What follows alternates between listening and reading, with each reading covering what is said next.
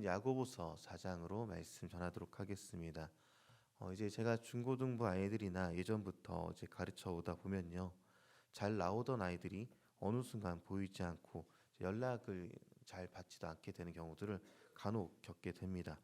그래서 집에 무슨 일이 일어난 것은 아닌지 이제 궁금하기도 하고 걱정이 돼서 연락이 잘 안 돼도 어떻게든 찾아가 보면 제 교회 중고등부 공동체 안에서 친구들과의 다툼과 또 싸움으로 인해서 소위 절교했다 말하며 그 절교한 친구가 속해 있는 교회 공동체에 나는 나가지 않겠다 이런 방법을 택하는 경우들을 보게 되는 것이죠.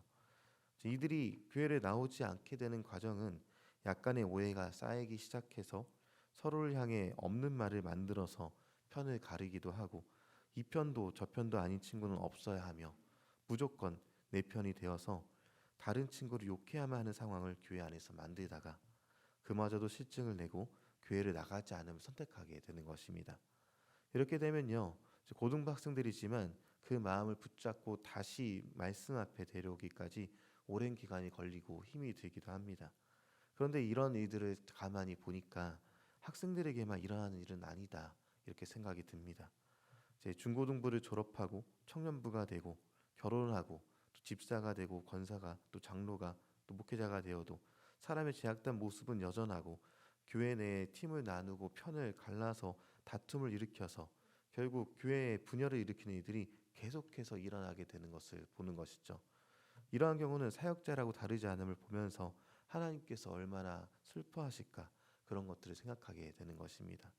그리고 말씀을 읽어보니까 이 일은 1, 2년 안에 그냥 최근에 일어난 일이 아니라 아주 오래전 본문의 배경이 되는 교회에서도 2000여 년 전에도 여전히 같은 문제가 있었음을 보게 됩니다. 아니 그 이전에도 사람과 사람의 헤어짐은 죄가 이 세상에 들어온 그때부터 지금까지 끊임없이 일어나는 일인 것이죠.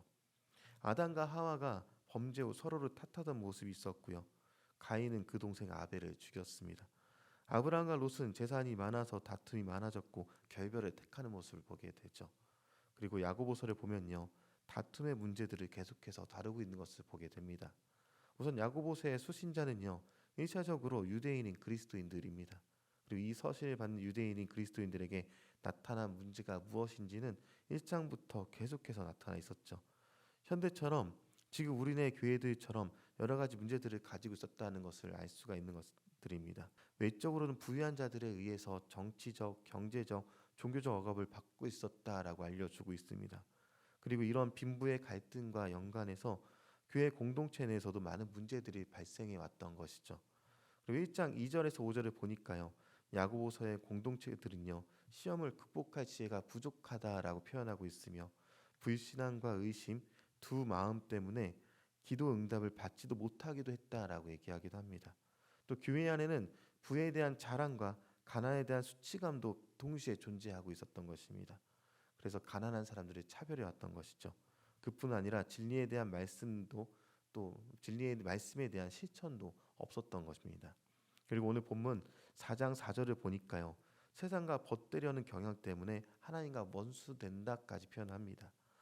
4절 말씀인데요, 같이 한번 읽어보도록 하겠습니다. 함께 읽겠습니다. 시작. 가늠한 여인들아, 세상과 벗된 것이 하나님과 원수됨을 알지 못하느냐.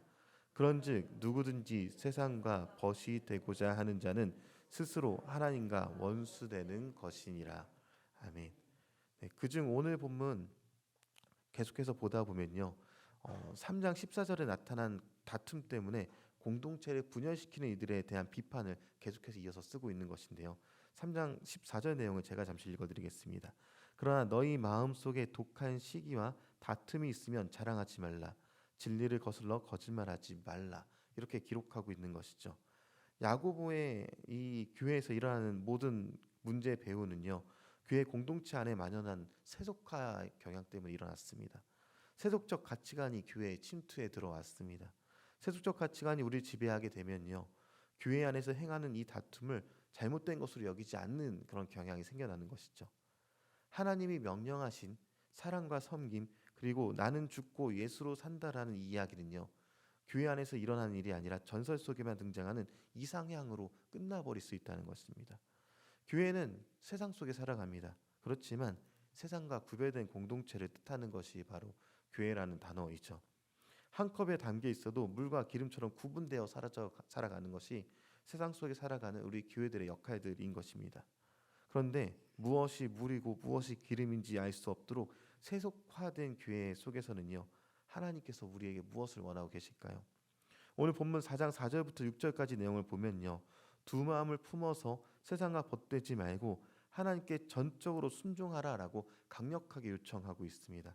4절을 읽었으니까 5절과 6절 내용을 한번 읽어보는데요, 5절은 제가, 6절을 여러분이 읽어보도록 하겠습니다.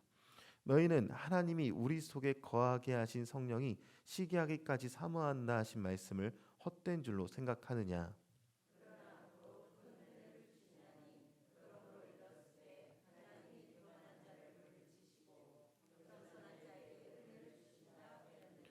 아멘. 네, 본문은요, 세상과 벗되지 말고 겸손하라라고 합니다. 첫 번째가 세상과 벗되지 않는 것, 둘째가 겸손함입니다. 세상과 벗이 된다는 것은요, 하나님 나라의 가치관이 아닌 세상의 우상 숭배가 가득한, 그리고 쾌락을 위주로 한 것들과 가까운 삶들을 이야기하고 있는 것이죠. 그리고 본문은요, 세상과 가까우면 심하게 말해서 하나님과 원수가 된다까지 강력하게 말하고 있습니다. 그리고 이어서 나오는 것이 겸손입니다. 겸손은 나보다 남을 더 낮게 여기는 것입니다. 다른 일을 인정하는 것이죠. 이스라엘의 초대왕 사울은요, 그가 겸손할 때 하나님께서 그를 왕으로 세워 주셨습니다. 사울의 처음 겸손은 자신을 알았고 하나님의 위대하심을 알 때 진짜 겸손의 모습을 보여주었습니다. 그러나 이후에 그가 교만해졌을 때 하나님을 인정하지 않고 스스로를 높이는 것을 보게 됩니다. 그래서 하나님이 세우신 다윗을 인정하지 않았죠. 사울이 교만한 그때는요, 하나님께서 그를 떠나시는 그때가 되었습니다. 우리도 마찬가지입니다. 우리가 겸손할 때 하나님의 일하심을 보게 될 것입니다. 그러나 우리가 교만해져서 하나님을 그리고 다른 일을 인정하지 않게 되면요, 사울의 경우가 우리에게 있을까 두려워하며 돌아봐야 한다는 것이죠. 하나님의 진리의 말씀은요, 세상의 가치관으로 본다면 이해할 수 없는 일들을 우리에게 하라 합니다. 그리고 세상과 구별된 그리스도인이 우리는요, 하나님이 가르쳐 주신 말씀으로 이를 이해하고 당연하게 섬기며 사랑으로 다른 일을 높이며 인정할 수 있어야 한다는 것이죠. 중고등부 친구들이든 청년이든 집사든 권사나 장로나 목회자나 모두 해야 할 일은 우리 교회 공동체에서 나는 죽고 예수로 살아가는 일이 있어야 합니다. 그래서 오늘 본문 10절은 우리에게 가르쳐주는 내용이 있죠. 10절에 가르쳐주는 내용을 같이 함께 읽어보겠습니다. 시작.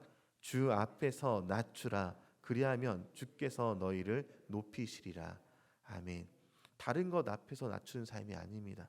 세상이 아닌 주 앞에서 나를 낮추고 주님을 인정하는 삶이 오늘 우리에게 있어야 하는 것입니다.